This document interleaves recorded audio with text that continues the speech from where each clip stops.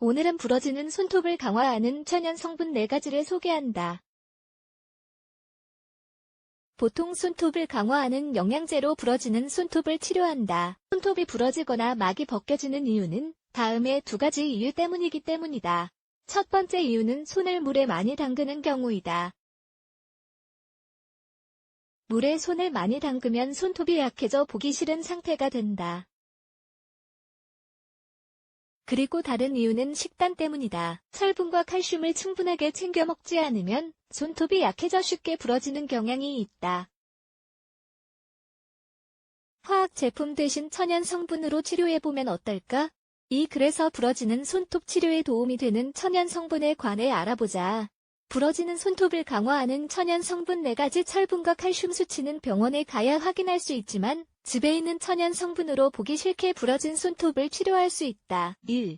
올리브 오일. 올리브 오일은 용도가 다양한 성분이다.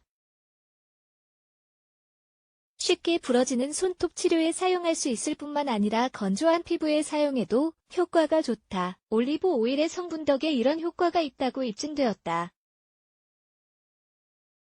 올리브 오일은 다음의 역할을 한다. 보습 효과가 뛰어나다. 손톱을 아름답게 만들어준다. 손톱을 빛나게 한다. 큐티클에 영양을 공급한다. 올리브 오일에는 쉽게 부러지는 손톱을 강화하는 데 도움이 되는 지방산과 산화 성분이 함유되어 있다. 올리브 오일을 손톱에 직접 바르고 마사지하는 게 올리브 오일을 활용하는 가장 좋은 방법이다.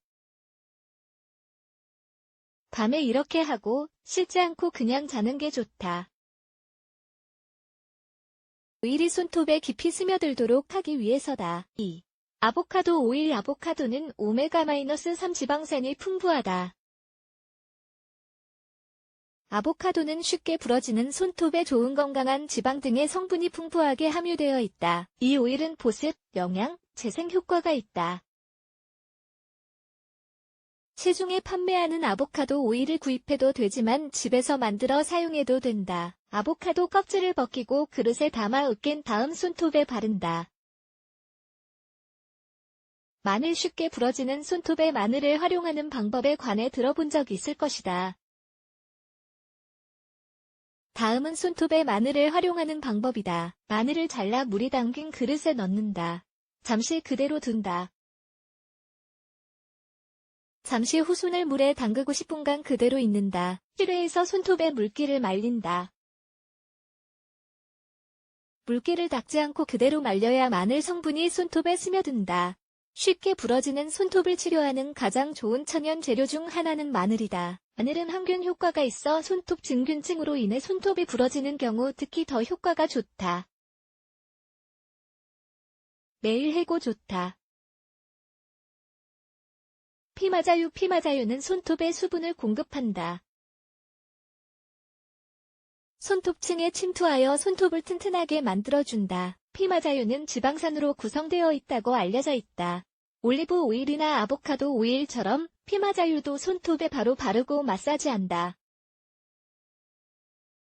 손톱 상태가 개선될 때까지 매일 반복한다.